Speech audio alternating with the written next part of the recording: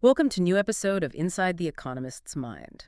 Today, we're taking a deep dive into a really foundational idea in economics, the non-accelerating inflation rate of unemployment, or, what everyone calls the NAIRU. That's right. And it's a concept that our sources really get into. It's kind of the holy grail for economic policymakers, isn't it? Yeah, finding that sweet spot. Exactly. That lowest level unemployment can hit without sort of kicking off accelerating wage growth and, inflation down the line. It's a real balancing act. Absolutely. I mean, it's pretty obvious high unemployment is bad, right? Nobody wants that. No. But maybe what's less obvious and what our sources help us unpack is that pushing unemployment too low can actually cause its own set of problems, rising prices, basically. So our mission today is really to get a handle on what this NAIRU thing is, why it's so critical for, the people steering the economy, and maybe what makes this magic number move around. And it's fascinating, isn't it, that the NIRU isn't something you can just, measure directly. Right. It's not like GDP or the official unemployment rate. No, exactly. Yeah. You can't just look it up.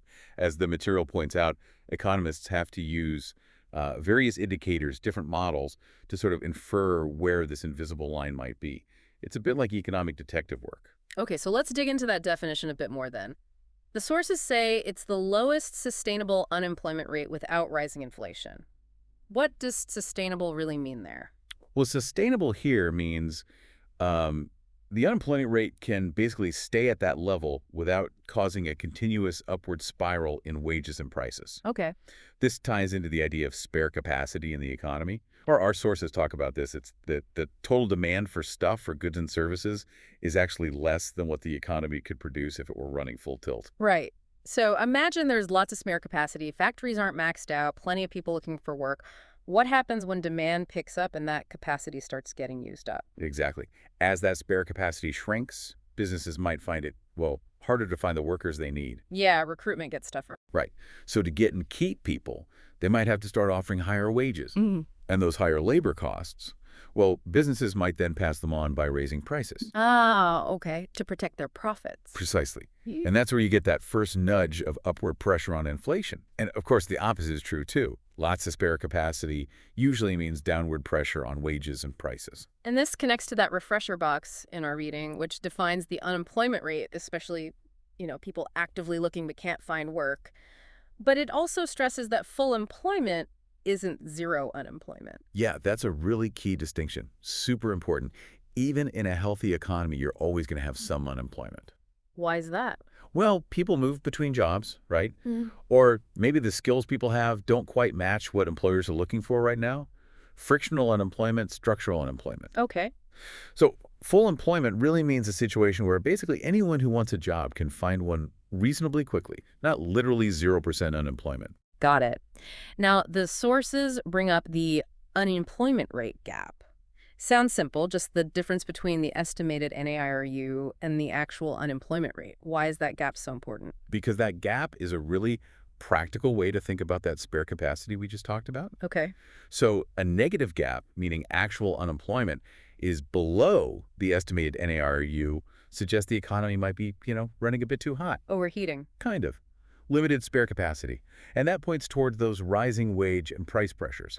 Higher inflation is likely coming. And the flip side, a positive gap. Unemployment above NAIRU. That signals there's probably slack in the economy, spare capacity. So you'd expect inflation to be easing off, or at least not accelerating. Right. And if the gap is zero or close to it? Then the economy is likely operating near its full potential, full capacity more or less, without setting off that inflation. It's that equilibrium point everyone's trying to find. Yeah. Okay, so the NAIRU, this unemployment gap, they sound like crucial, vital signs for the economy. How do policymakers, like, say, the central bank, actually use this stuff when they make decisions? Well, our source material really hammers this home. The NIRU is a vital benchmark for them. It helps them judge how close the economy is to full employment and what might happen next with wages and prices. So it feeds into their forecasts. Absolutely. When they're thinking about monetary policy, deciding whether to change interest rates, they're constantly looking at these indicators. Okay, let's take an example. Say unemployment is clearly above the estimated NIRU, and inflation is maybe lower than their target. What would the central bank likely do? In that situation, they might lean towards lowering interest rates, or maybe even use some of those unconventional tools we've heard about Why lower rates? to make borrowing cheaper, encourage people and businesses to spend and invest more. The hope is that stimulates the economy, closes that unemployment gap, and nudges inflation back up towards the target. Makes sense. And the opposite scenario. Unemployment is below NIRU, inflation's heating up, maybe getting above target. Then they'd probably look at cooling things down. The standard tool there is raising interest rates. Makes borrowing more expensive. Right, which tends to dampen spending and investment across the economy, helping to ease those inflationary pressures. So yeah, that estimated gap is a really critical input for their models, their forecasts, and ultimately their policy decisions. The sources also get into another really big concept, the Phillips curve. And they mention a short run and a long run version. How does that fit in with an NAIRU? Ah, yes, the Phillips curve. Very closely related. So the short-run Phillips curve suggests there might be this trade-off. Between unemployment and inflation. Exactly.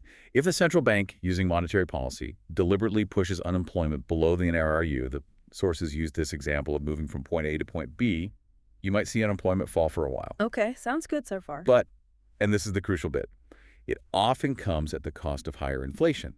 Right, so in the short term, it looks like a choice. Lower unemployment means accepting higher inflation, or keep inflation low, but maybe unemployment stays higher? That's how it might seem initially. But the material is clear. That trade-off. It's only temporary. Why only temporary? Well, that's where the long-run Phillips curve enters the picture. See, over time, people aren't stupid. Their expectations about inflation adjust. Ah, expectations. Yeah. If unemployment stays below NAIRU and inflation keeps ticking up, workers are going to start demanding higher wages just to keep up with the rising cost of living. Makes sense. And businesses facing those higher wage bills might react by, well, hiring fewer people or even letting some go. Okay. And this whole process keeps going until unemployment eventually creeps back up, right back to the NAIRU. But now the catch is it's at a permanently higher rate of inflation. That's the move to point C in the source materials diagram. So the big lesson is monetary policy can maybe nudge unemployment around the NRRU in the short term, Yeah, manage fluctuations. but it can't hold unemployment below the NRRU forever without inflation just taking off, accelerating constantly. Exactly. It's like trying to hold a beach ball underwater. You can do it for a bit, but eventually it pops back up. The long-run Phillips curve is basically a vertical line at the NAIRU. Meaning no long-term trade-off. Precisely. In the long run, unemployment tends to settle back at the NAIRU regardless of the stable inflation rate, which tells you something important. What's that? If you actually want to lower the NAIRU itself, get that sustainable rate of unemployment down, monetary policy alone probably isn't the answer. You need other tools. Okay, that leads perfectly into the next big question. What does determine where the NAIRU actually sits? The sources mention estimates have been falling in recent decades in many places. Why? What's pushing it down? Yeah, that's a really interesting observation. The material points to several factors. One big one is globalization. How does that work? Well, think about it. Businesses here face way more competition from overseas suppliers than they used to. Right, imports are everywhere. So even if the local economy is doing well and unemployment is low, domestic firms might hesitate to raise prices much because they know customers could just buy cheaper imported goods instead. Ah, it keeps a lid on price hikes. Exactly. And that means maybe unemployment can fall a bit lower before you see significant inflation pressure building up. So globalization potentially pushes the NAIRU down. Okay, that makes sense. What else influences it? Another one is government training and skills programs. If the government helps people get the skills that employers actually need. It makes it easier for businesses to find suitable workers. Yes, it expands the pool of qualified candidates. So even as unemployment falls, businesses are less likely to face crippling labor shortages that force them to bid up wages aggressively. A better skilled workforce can generally support a lower unemployment rate without fueling inflation. So skills matter. The sources also mention the ease of finding work may be helped by technology. Absolutely. Think about the internet, job websites, LinkedIn. Yeah, much easier than scanning newspaper ads. Right. Technology has made matching job seekers with employers much faster and more efficient. People spend less time unemployed between jobs. That reduces that frictional unemployment and can lower the overall NAIRU. Interesting. Okay, what about employee bargaining power? How does that fit in? Well, if workers generally have less power to negotiate for higher wages, maybe union membership is lower, for instance, Okay. then it might take a lower level of unemployment, a tighter labor market, before employers feel enough pressure to significantly raise wages. Less bargaining power could mean a lower NIU. And underemployment, people working part-time but wanting full-time. Yeah, that can act like a hidden reserve of labor. Mm. If demand picks up, businesses might first just give more hours to their existing part-time staff. Instead of hiring new people right away. Exactly, which delays the point at which they need to offer higher wages to attract new hires. So high underemployment could allow for a lower NIRU, at least for a time. And the last one mentioned sounds a bit complicated. Long-term unemployment or labor scarcity, sometimes called hysteresis. Yeah, hysteresis is this idea, it's a bit worrying actually, that long periods of high unemployment can actually damage the economy's potential in the long run. How? Well, if people are out of work for a very long time, their skills might get rusty, they might lose connections, become discouraged, basically become less employable. So the effective pool of workers shrinks. Right, which But- could actually raise the NRU over time. But the source also notes a counter-argument. Sometimes, if there's a real shortage of workers, employers might get desperate enough to hire people they previously overlooked. Maybe invest more in training them up. So scarcity could force firms to expand the labor pool? Potentially, yes. Yeah. Which could counterintuitively lower the NIRU in the long run. So it's a complex one, that hysteresis effect. Wow, okay, so a whole mix of things. Global trends, government policy, technology, labor market dynamics, all feeding into this one number. And finally, how do economists actually estimate it? You said it's not directly observable. No, absolutely not. It's inherently unobservable. So economists have to use various statistical techniques, complex models. Educated guesswork. Well, sophisticated, educated guesswork, let's say. They look at historical data on unemployment, wages, inflation, and try to figure out the underlying relationships to estimate where the NIRU might be. And do the estimates agree? Not always perfectly. Different models can give slightly different answers. Our source material mentions that Reserve Bank of Australia research, for instance, suggested Australia's NIRU was probably below 5% just before the pandemic hit. Based on a speech, Watching the Invisibles. That's the one. Assistant Governor Lucy Ellis. It really highlights that it's an evolving estimate, not some fixed known quantity. So it's the super important but kind of fuzzy target that policymakers are always trying to zero in on. Okay, let's try and pull this all together. What are the absolute key takeaways from our deep dive today? Right. I'd say first, the NRU is just this crucial benchmark. It helps us understand that complex dance between unemployment and inflation. It's the lowest unemployment you can sustain without inflation really taking off. Okay, benchmark 1. Second, it's hugely important for central banks. It guides their monetary policy as they try to juggle hitting full employment and keeping inflation low and stable. That unemployment gap is key. Got it.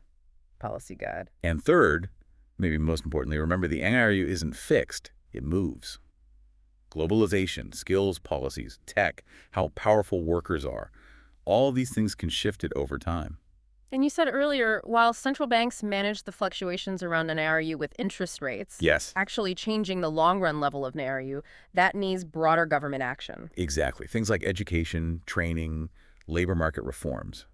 Those are the tools that can potentially shift the NAIRU itself. It's not just a job for monetary policy. That's a really important distinction. So as you think about all this NAIRU, this natural rate of unemployment that's so influential yet so tricky to pin down, maybe consider what it means for you, for your own career path, for the economy you live in. How might all those forces we talked about, globalization, technology, the focus on skills, keep changing this number? And what could that mean for future economic policy and ultimately for your own job prospects and financial well-being down the track? Definitely some food for thought there.